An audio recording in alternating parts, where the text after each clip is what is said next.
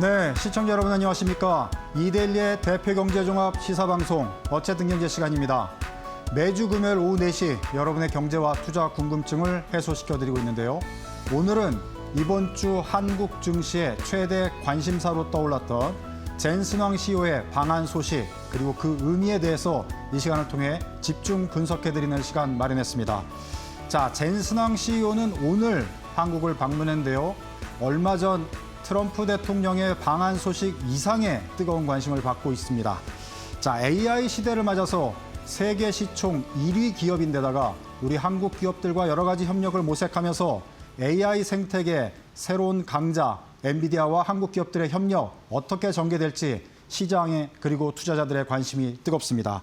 자, 이 시간 전문가들 모시고 자세히 분석해 보도록 하겠습니다. 자, 스튜디오에 두 분 전문가 일단 모셨는데요. 박근호 이데일리 TV 전문위원 제 기준으로 가까운 쪽에 나와 계십니다. 안녕하세요. 안녕하십니까. 네.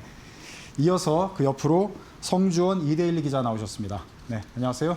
안녕하십니까. 네. 자, 우리 박근호 위원님은 투자 전략하고 거시적 분석 좀 자세히 분석해 주실 예정이고요. 성주원 기자는 산업 분석과 함께 기업 내 분위기 또 취재 내용 자세히 전해드리도록 하겠습니다.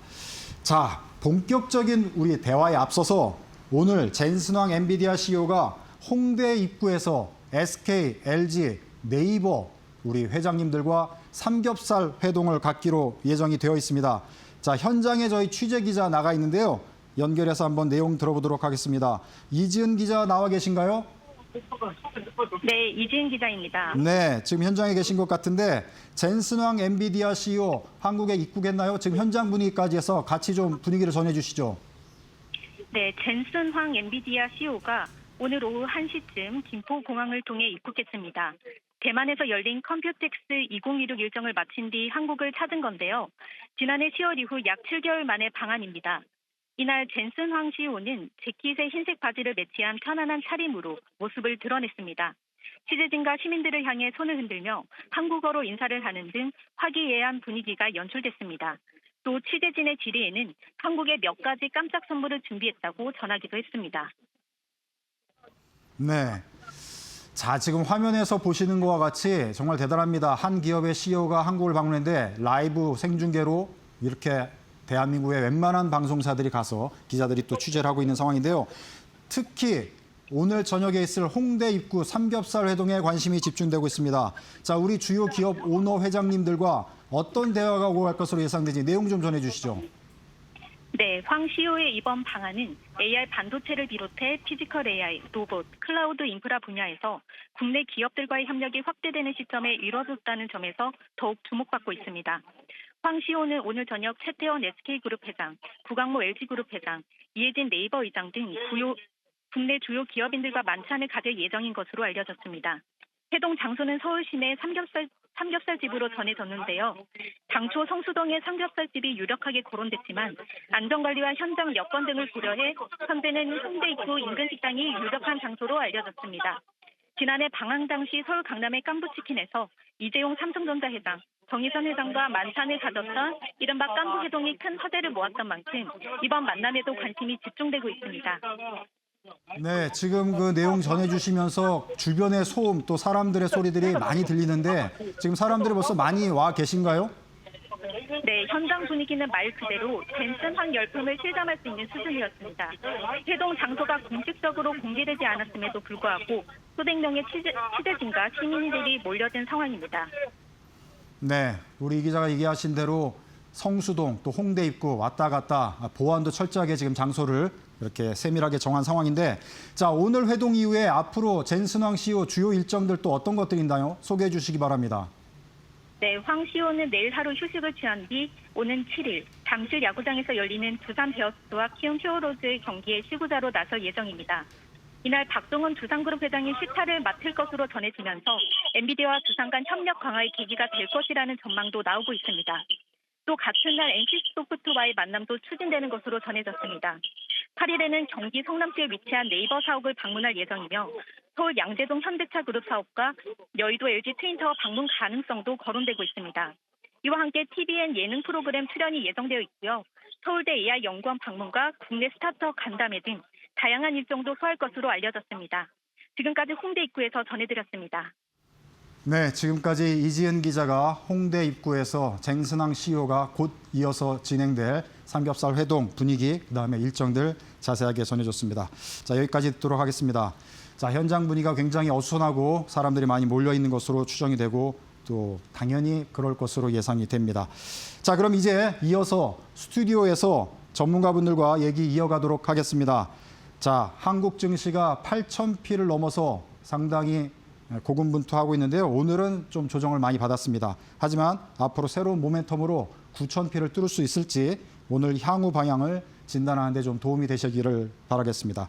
자, 먼저 이제 박근호 이데일리 TV 전문위원과 성주원 이데일리 기자 두 분에게 모두 질문을 드리는 공통 질문 먼저 드리고 또 해당 분야 개별 질문으로 이어가서 드리도록 하겠습니다. 자, 공통 질문인데요. 먼저 이제 박 의원님 먼저 말씀해 주시고 이어서 성 기자께서 얘기를 해 주시면 되겠습니다.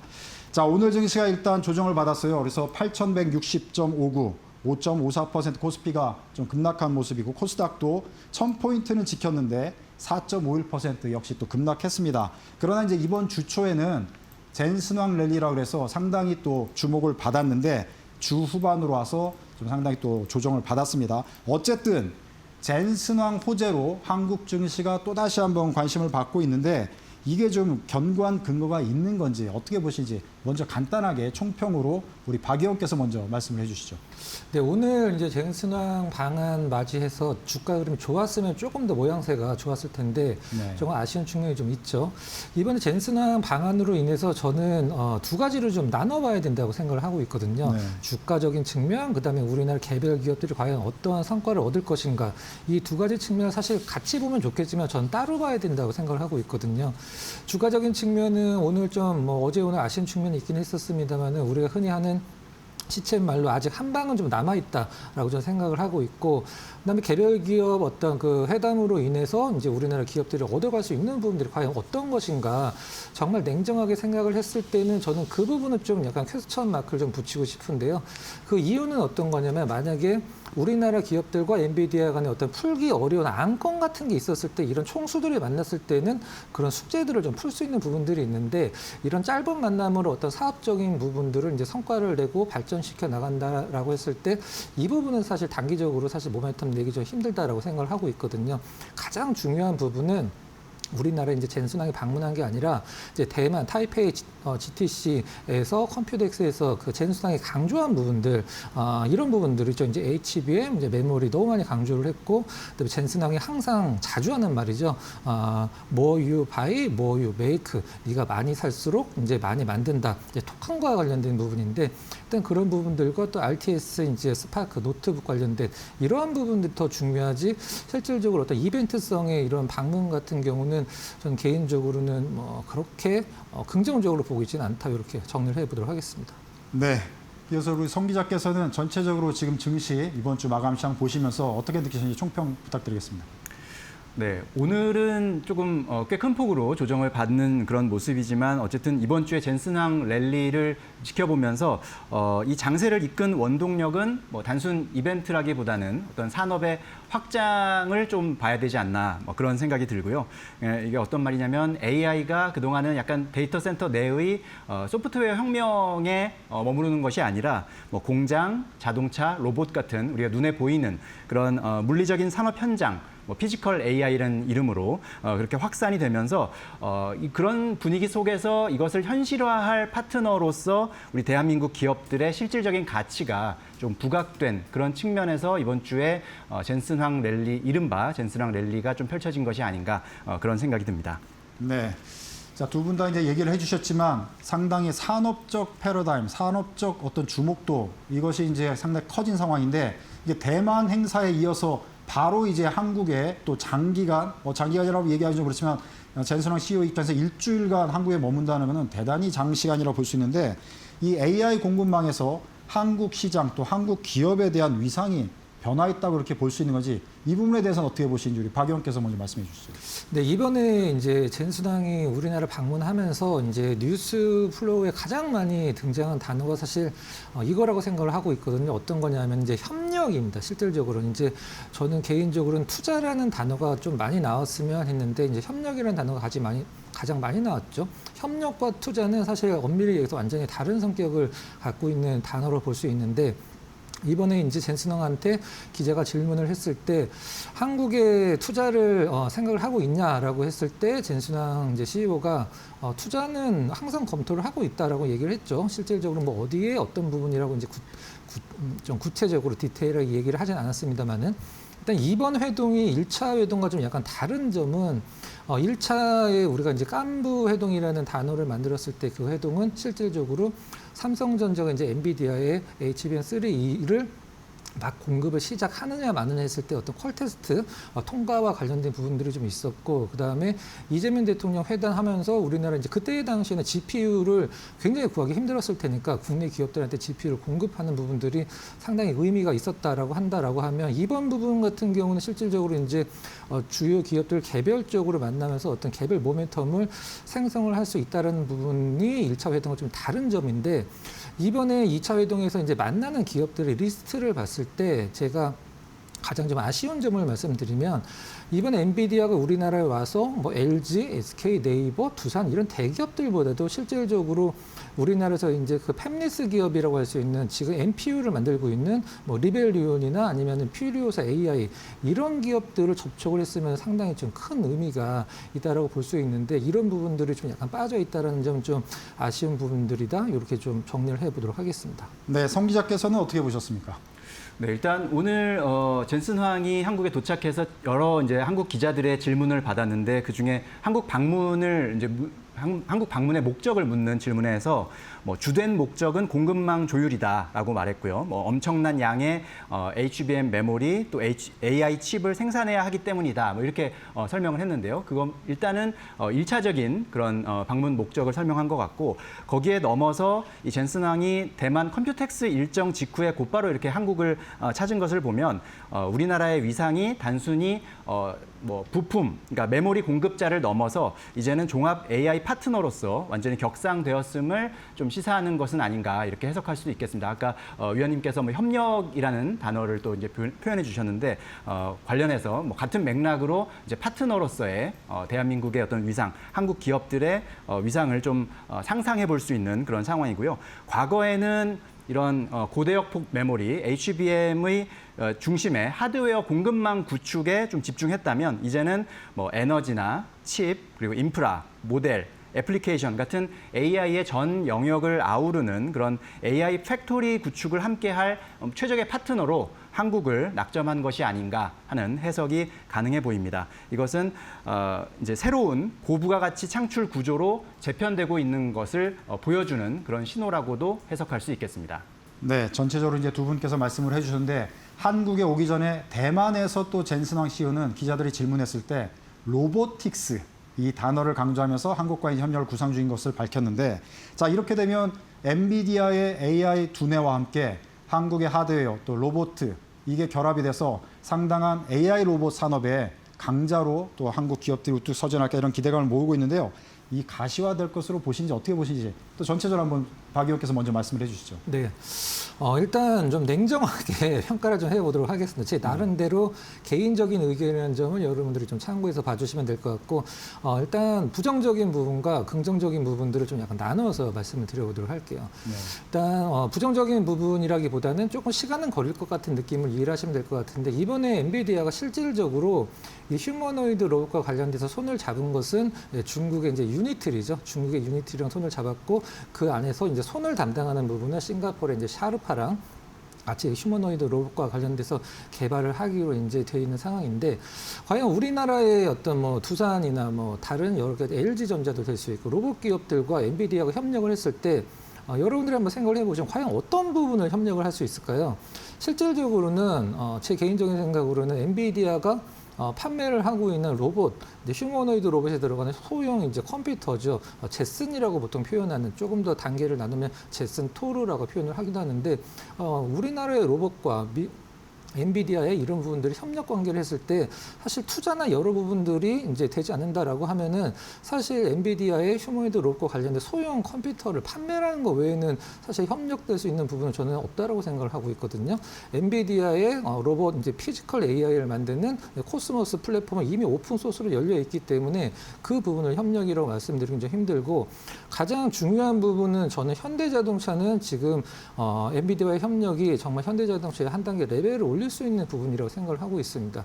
지금 이제 전 세계 자율주행은 딱 이제 두 가지 진영으로 나눠지게 돼 있어요. 이제 테슬라의 FSD, 그 다음에 엔비디아의 알파마요 두 진영인데 지금 엔비디아는 지금 논 테슬라 진영의 80%를 이미 장악을 했죠. 현대자동차도 엔비디아의 알파마요로 들어가기로 된 걸로 전 알고 있는데 지금 이제 여러분들이 뭐 영상 보는 사이트 같은 데서 이제 중국 자동차들 자율주행 보시면 정말 테슬라 못지않은 어떤 성능 자랑하는 걸 자주 보실 수 있는데 지금 현대자동차 같은 경우는 자율주행이 높다 낮다의 수준이 아니라 아예 없는 수준이기 때문에 이 엔비디아 이제 알파마요를 들여온다라고 하면은 또 로보택시가 가장 중요한 게 그 레벨 4까지 올라가야지만 로보택시를 만들 수 있는 거거든요.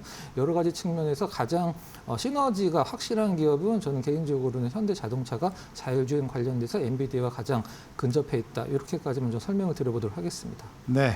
자, 우리 성 기자께서는 어떻게 보십니까? 로보틱스 관련해서. 네, 뭐 가장 먼저 가시화될 시너지라는 질문에 어쨌든 어느 정도 기대감을 담아서 이제 답변을 드릴 수밖에 없는 상황인 것 같고요.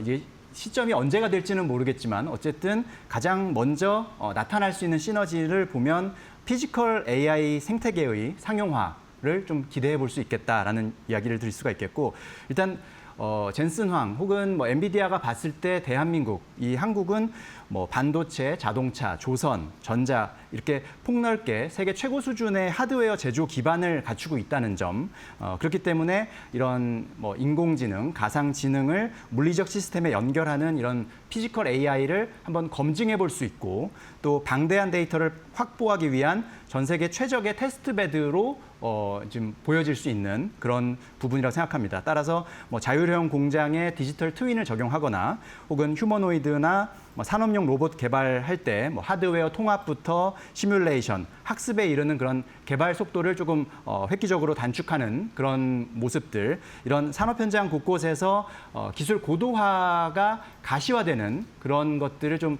기대할 수 있는 곳이 바로 대한민국이 그런 중요한 테스트베드가 되지 않을까라는 것을 좀 기대해 볼 수 있겠습니다. 네.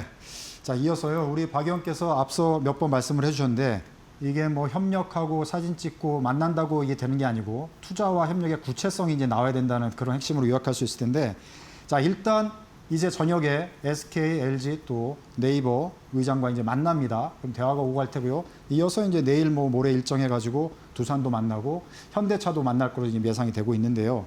핵심 계약이나 발표가 어떤 나올 것으로 예상을 하시는지 어떻게 보시는지 어떻게 보십니까? 박 의원께서 말씀해 주시죠. 일단 주가 흐름적으로 봤을 때 이제 가장 눈에 띄는 건 사실 LG 전자였었거든요. 일단 이 부분에서 이제 어떤 발표를 하느냐는 이제 그 다음 단계인데 LG 전자가 시장에서 가장 세게 주가 흐름이 나왔다라는 것은 사실 다른 의미가 있다라기보다는 이제 어떤 재료의 신선함이 있었다고 생각을 하거든요. 1차 회동 때 거의 거론이 안 됐던 기업인데 제가 보는 어떤 우리나라 이제 엔비디아 이제 젠슨 황 CEO가 만나서 발표될 수 있는 계약권 잠깐 생각을 해본다라고 하면 뭐 LG 같은 경우는 사실 뭐 로봇과 관련된 부분, 그다음에 CNS, LG CNS와 관련돼서 데이터 센터 어떠한 부분들이 사실 뭐 발표가 될지는 모르긴 하겠습니다만은 제가 이제 뭐 생각해 보는 바로는 이제 데이터 센터 관련돼서 어떤 베라 루빈이나 이런 것들에 대한 계약이 될 가능성이 높고 네이버 같은 경우는 이미 노출이 되긴 했었습니다. 내용은 좀 약간 모호하죠. 이제 글로벌 AI 투자 협약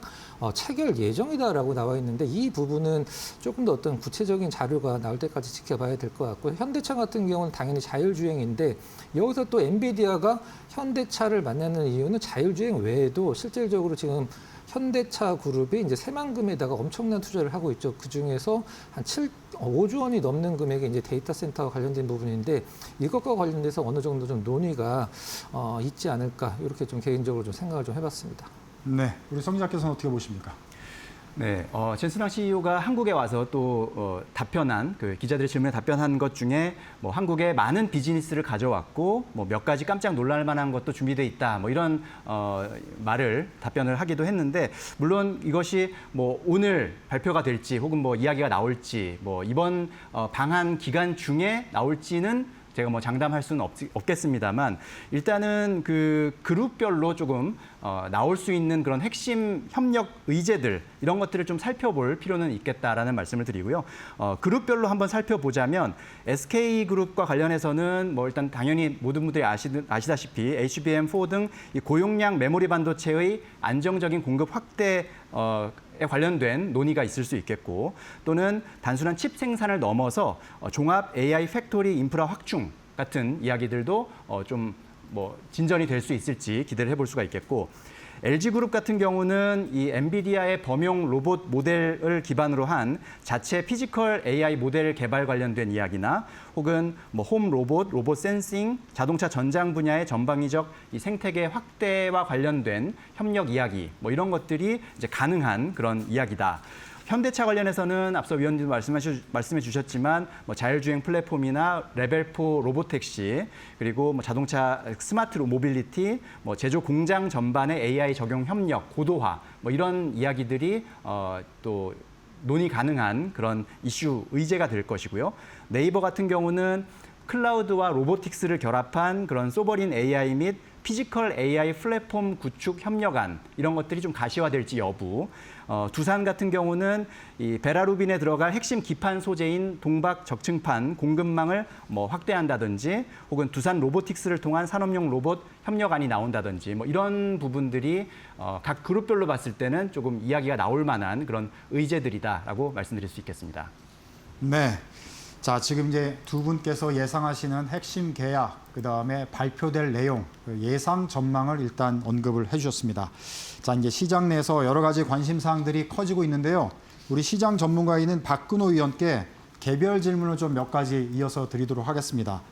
자, 전체적으로 지금 젠슨왕 랠리로 급등을 했던 종목들이 오늘은 좀 급락을 했습니다. 그렇지만 그래도 롱런할 수 있는 최선호 뭐 업종이라고 볼 수도 있고 관심을 우리가 계속 지속적으로 지켜봐야 될 그런 어떤 투자 상황들 이런 것들을 좀 조언을 주신다면 많이 참고가 될 것 같거든요. 일단 크게 전체적인 틀에서 좀 투자 유의사항을 포함해서 말씀해 주시면 참고가 될 것 같습니다. 자, 일단 종목을 말씀을 좀 드리면 실질적으로 이제 종목이라기보다 이제 섹터라고 해야 되겠죠. 실질적으로 이제 현대자동차 관련돼서 보스턴 다이나믹스 관련된 기업들은 이제 앞으로 이제 단순 테마성이 아니라 수치로 이게 증명이 될 수 있는 부분들이 있기 때문에 이 수치로 증명할 수 있는 부분들은 실질적으로 지금 어떤 좀 약간 톤 다운된 관련 주들 중에서 분명히 분할 매수 관점에서 들어갈 수 있는 부분이라고 생각을 하고 있고요.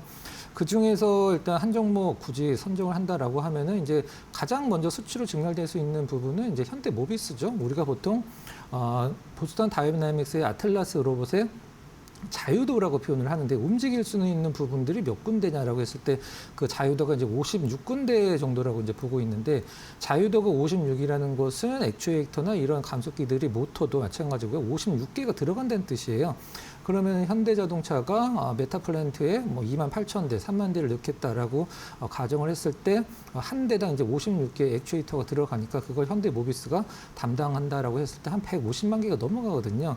시장은 이거를 이제 어떤 매출과 관련된 수치로 적용했을 때 연 3조 원 정도 내외라고 이제 보고 있는데 사실 모비스 같은 경우는 연 매출이 뭐 60조 원이 넘게 나오는 기업이기 때문에 거기서 플러스 알파로 3조 원이 들어간다라고 해서 사실 실적의 어떤 퀀텀 점프나 이런 부분들은 나올 수 없겠지만 가장 중요한 부분들은 이제 어떤 자동차의 부품과 관련된 기업에서 이제 로보틱스가 묻기 시작하면은 시장에서 상당한 고 멀티플을 부여를 하기 때문에 이러한 부분들이 이제 현대모비스를 시장에서 좋게 보는 이유고요.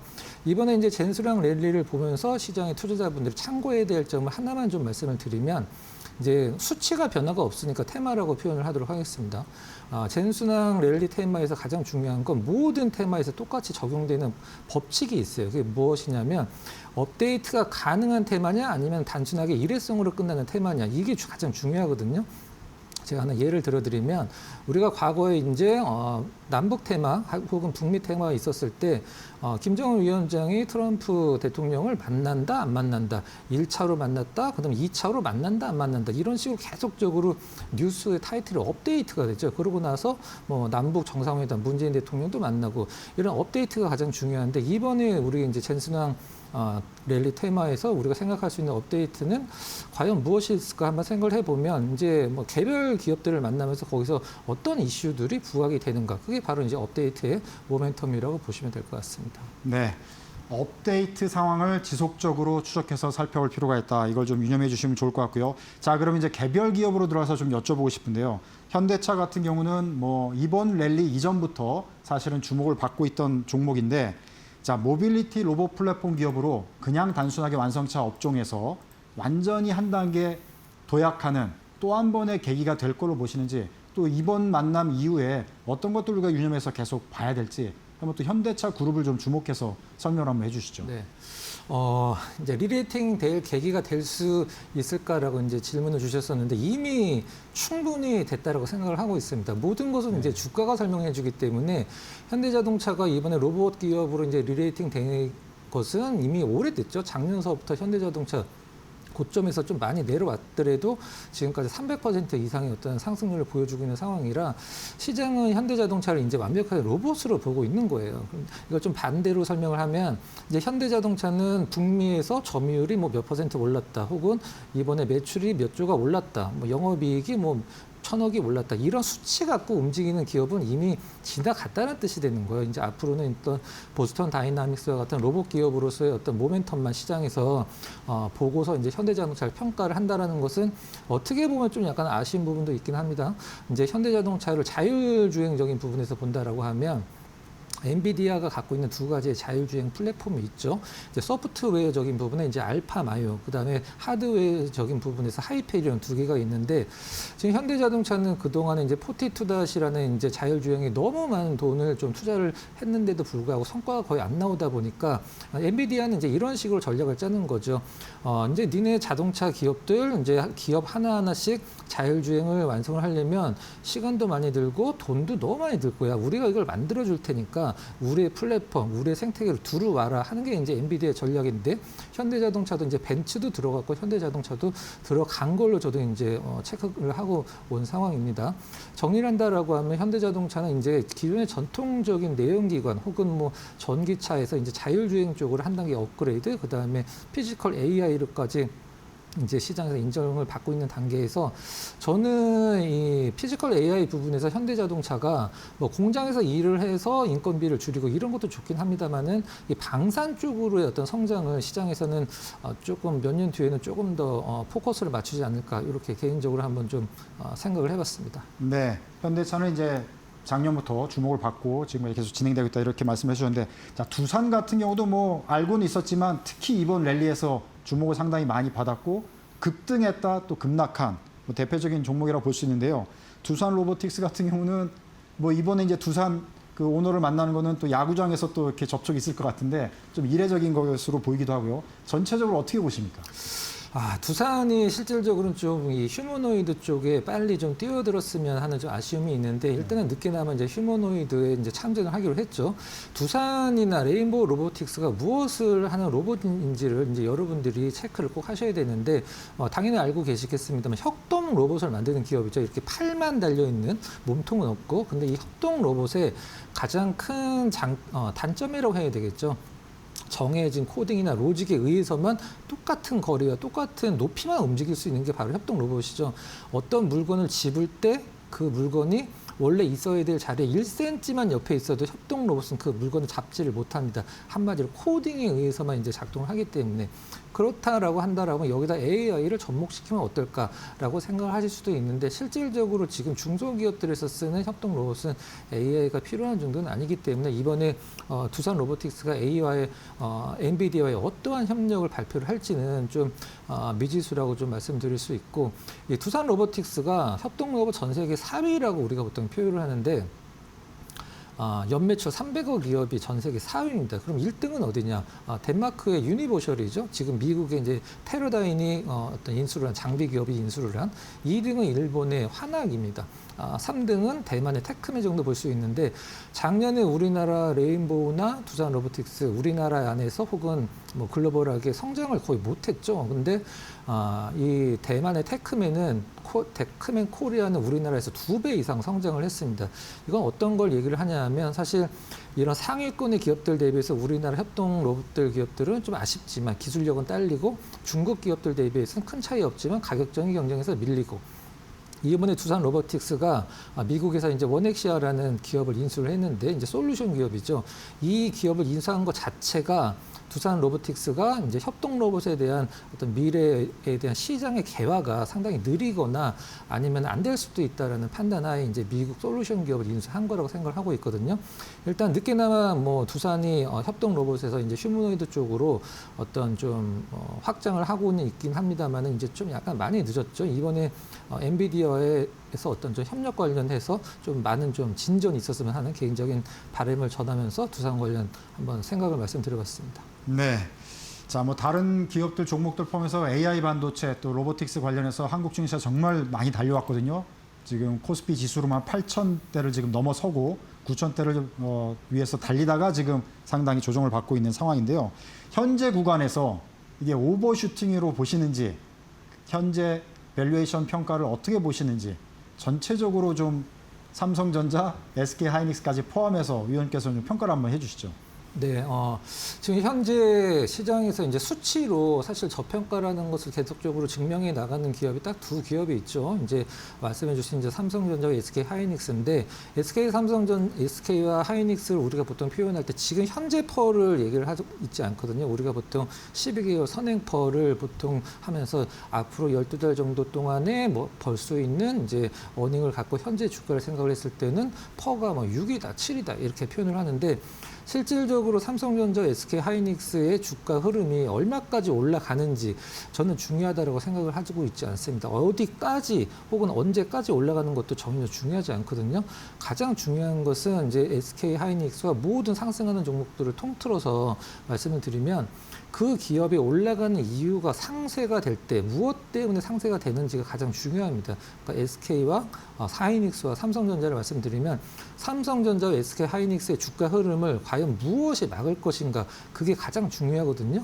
그것은 뭐 중국 기업도 될 수 있고 아니면 SK하이닉스의 증설이 완공이 되면서 어떤 공급적인 측면에서 어떤 쇼티지가 풀린다든가 아니면 미국 빅테크의 캐펙스가 감소가 된다든가 여러 가지가 있을 수 있는데 아직까지는 그런 부분들이 뭐 시장에서 포착이 되고 있지 않죠. 뭐 삼성전자 하이닉스 뭐 얼마까지 간다, 뭐 코스피 10,000포인트 간다 여러 가지 의견이 나오고 있긴 합니다만은 단적으로 말씀드리면 지금의 SK 하이닉스의 주가 흐름, 그다음에 시장의 포인트, 코스피 포인트는 우리나라를 포함해서 전 세계에서 아무도 경험을 해 못한 구간이기 때문에 섣불리 얼마까지 이제 단정을 지으면 안 되고요. 아까 말씀드렸던 무엇이 주가 상승을 막을 것인가 그 부분만 염두에 두고 보시면 될 것 같습니다.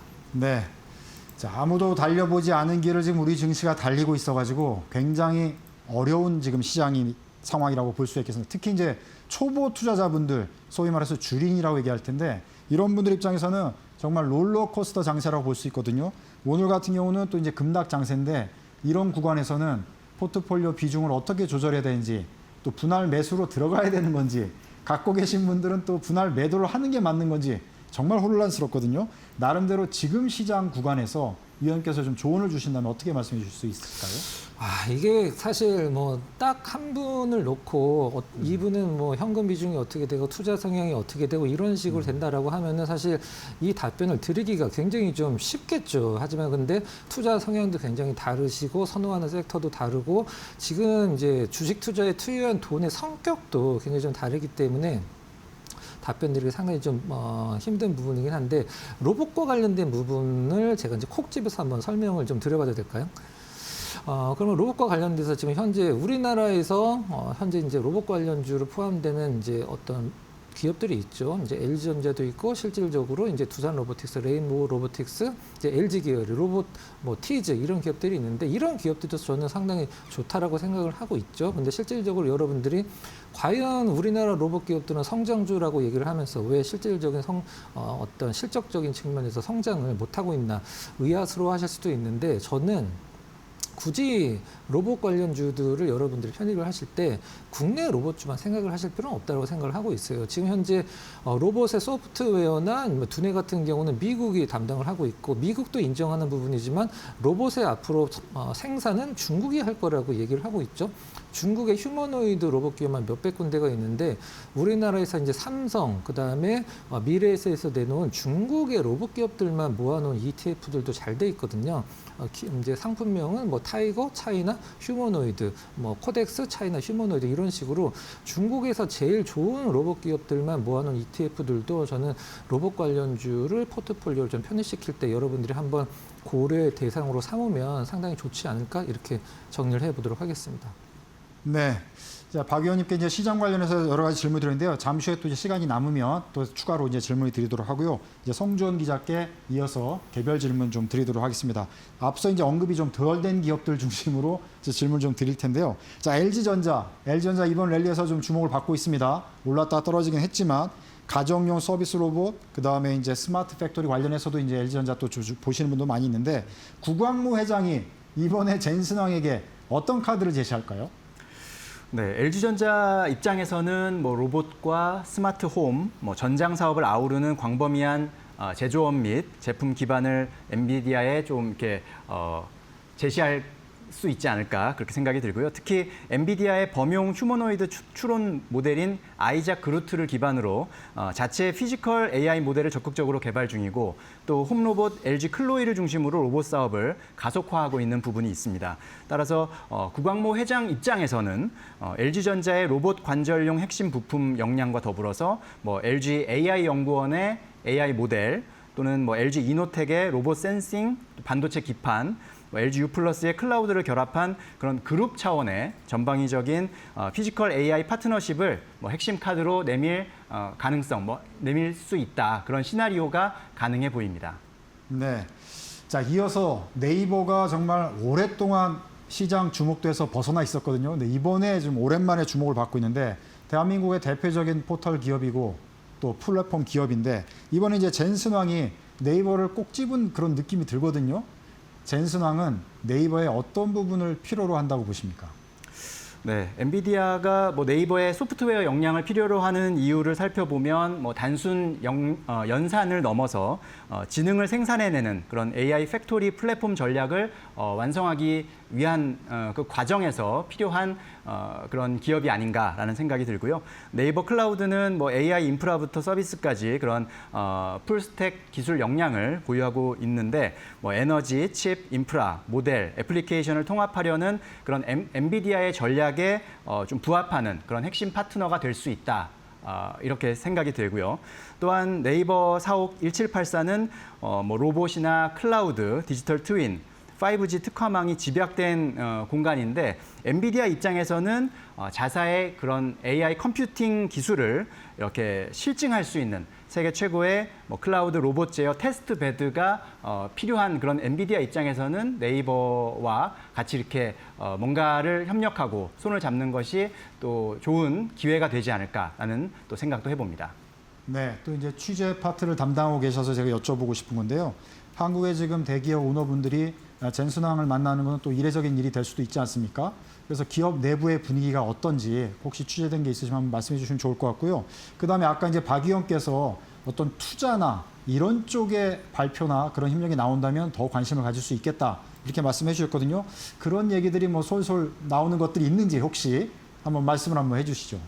네, 뭐 여러 가지 이야기들이 나오고 뭐 여러 가지 추론이 가능한 그런 상황이라고 볼 수가 있겠는데 뭐 한국 대기업들은 이 엔비디아와의 협력을 통해서 막대한 그런 브랜딩 시너지 효과를 좀 창출하기 위해서 이 대기업 총수들이 조연 역할을 자처하면서까지 좀 적극적이고 우호적으로 이렇게 공동 브랜드를 구축하려는 그런 분위기, 그런 모양새가 나타나고 있다라고 말씀드릴 수가 있겠고, 오늘 홍대에서 저녁에 뭐 삼겹살 소주 회동 뭐 이런 격식 없는 자리를 마련한 것도 뭐 당장에 그 자리에서 뭐 세부적인 계약이 나온다기보다는 향후에 어떤 굵직한 협상을 수월하게 좀 풀어나가기 위한 강한 파트너십, 그런 관계, 연대감을 가지려는 협상 전략 중에 하나다라고 또 풀이도 가능하고요.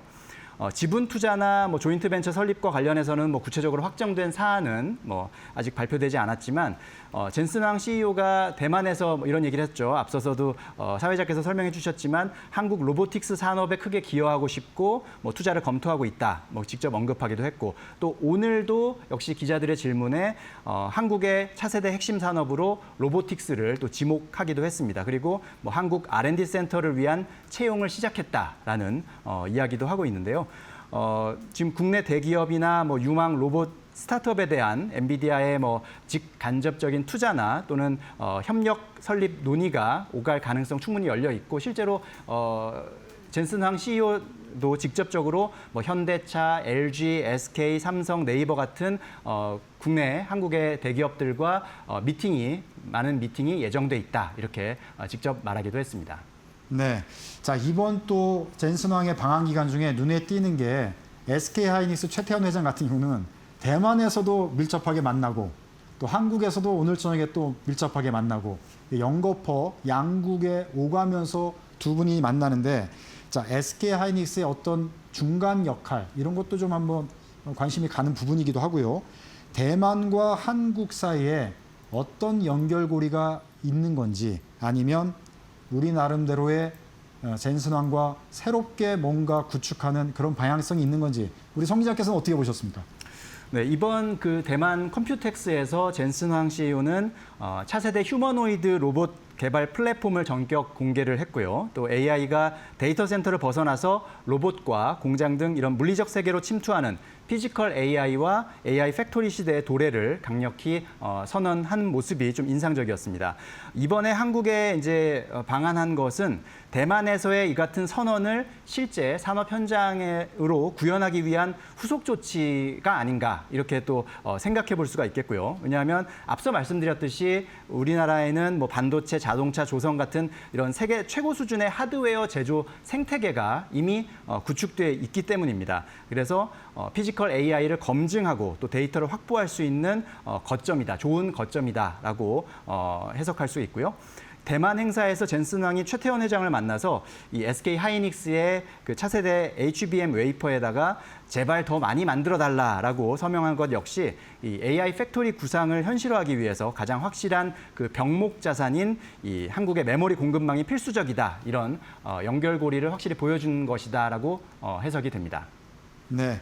자, 대만과 한국 사이에 어떤 연결고리를 좀 찾아보려고 지금 질문을 드렸던 거고요.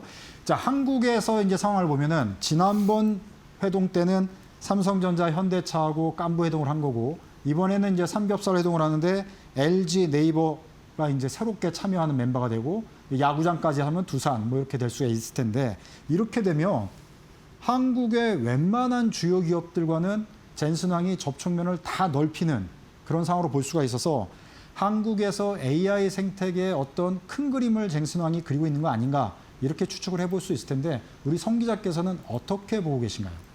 네, 맞습니다. 젠슨 황이 한국에서 꿈꾸는 그런 생태계 구축의 궁극적인 목표가 조금 더 확장됐다라고 볼 수가 있는데, 앞서서 1차 방안에서는 어떤 반도체 부품 공급망 구축에 좀 집중됐었다면, 이번 명단에 뭐 LG, 네이버, 두산 이런 대기업들이 좀 부각되고 있는 것은 그만큼 협력의 범위가 더 확장됐다. 피지컬 AI와 또 소프트웨어 플랫폼 이런 것들이 더 포함되고 있다, 이렇게 이제 해석할 수가 있겠고, 종합 AI 팩토리 파트너로서의 한국을 생각한 것이 아닌가, 이렇게 해석이 되고요.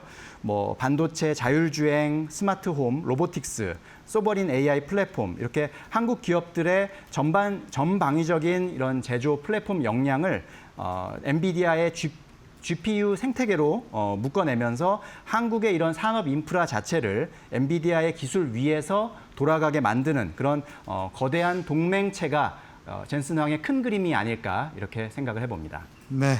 자, 송 기자께 이제 개별적으로 들린 질문 이것으로 마무리를 하고요. 자, 우리 박근호 의원께 또 시장 관련해서 추가로 제가 궁금한 거 여쭤보도록 하겠습니다. 지금 뭐 우리 증시가 주도주 중심으로 상당히 편중돼 있다 볼 수 있는데요. 물론 어느 시장이든지 주도주가 있기는 뭐 당연한 거고 또 그렇게 편중이 될 수밖에 없는 그런 지금 산업 현황인데 그래도 우리가 잘 모르는 소외주들을 찾아서 또 선별적으로 우리가 미리 투자를 한다면 상당히 도움이 될 수 있을 것 같아서 숨은 소외 업종들은 어떤 것들을 우리가 좀 주목을 하면 좋을지 또 조언을 한번 주시죠. 네. 숨은 수혜주를 찾기 전에 먼저 제 의견을 좀 말씀드리고 네. 이제 수혜주를 말씀드리면 우리가 보통 시장에서 이제 어떤 이제 유명한 기업이 하나 나오게 되면은 그거 관련해서 이런 멘트들이 좀 많이 나오죠. 테슬라 관련주를 찾아라. 아니면 뭐 비트코인 관련주를 찾아라. 네.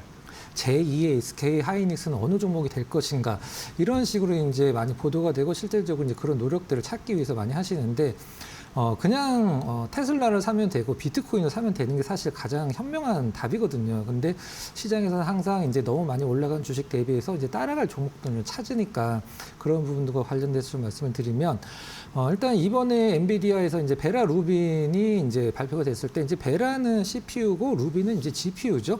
한마디로 이제 그 엔비디아 같은 경우는 CPU, GPU, 메모리까지 이제 우리가 다 쉬운 말로 이제 해먹겠다라는 표현인데, 그럼 메모리는 엔비디아가 어떻게 이거를 이제 수익화를 시킬 수 있냐면, 기존의 이제 메모리 같은 경우는 기판 위에 이제 실장이 돼 있다라고 하면 이제 쉽게 말씀드리면 납땜이 되죠. 이제 뗐다 붙였다 할 수가 없죠. 근데 이번에 베라 루빈 같은 경우는 이제 소캠2가 적용이 되면서 메모리가 이제 그 모듈화돼 있어서 탈부착이 가능한 어떤 제품으로 이제 출시가 되죠. 실질적으로 베라 루빈을 뭐 A라는 기업이 이제 어떤 요구를 했을 때 우리는 이거를 뭐 몇 기가만 좀 붙여주세요. 메모리를. 아니면 우리는 뭐 몇십 기가 붙여주세요 할 때 이제 엔비디아가 그거를 모듈화 시킨 소캠2를 갖고 그걸 이제 앞으로 메모리에서도 장사를 하겠다는 뜻으로 이제 생각을 하시면 될 것 같은데, 우리나라에서 이 소캠2 기판을 담당을 하고 있는, 그러니까 삼성전자, SK, 하이닉스, 마이크론 세 개의 어떤 그 메모리 기업들의 소캠2 기판을 모두 담당하는 기업이 하나가 있죠. 이제 심텍인데요. 물론 현재 심텍의 시가총액을 심텍의 이제 실적이 어떤 증명을 할 수는 없는 부분까지 시가총액이 많이 높아지긴 했었습니다만은 베라 루빈 이제 시장에서 뭐 판매량이 어느 정도 나온다, 이런 부분들이 이제 언론에 노출이 됐을 때 가장 좀 시장에서 포커스가 맞춰질 수 있는 기업은 기판 관련돼서 심텍이다, 이렇게 한번 좀 정리를 해보도록 하겠습니다. 네. 자, 수급 관련해서 우리가 잠깐 참고할 만한 거 한 20초 짧게 말씀해 주실 수 있을까요?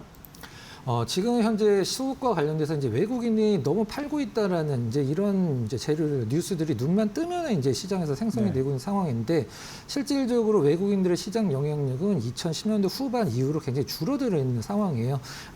정리를 해서 말씀드리면 시장은 누가 사느냐가 중요한 게 아니라 사는 사람이 많으냐, 파는 사람이 많으냐가 이제 가격을 결정하거든요. 지금은 엄격하게 말해서 개인들이 외국인들의 수급을 압도를 하고 있기 때문에 개인들 수급으로 들어온다라고 해서 불안해 하실 필요는 전혀 없다, 이렇게 말씀드려 보도록 하겠습니다. 네.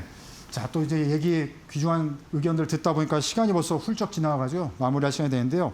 자, 그럼 송 기자께서 마무리로 자, 투자자분들의 시청자분들께 참고가 될 만한 뭐 조언, 뭐 제언 말씀해 주시면 좋을 것 같습니다.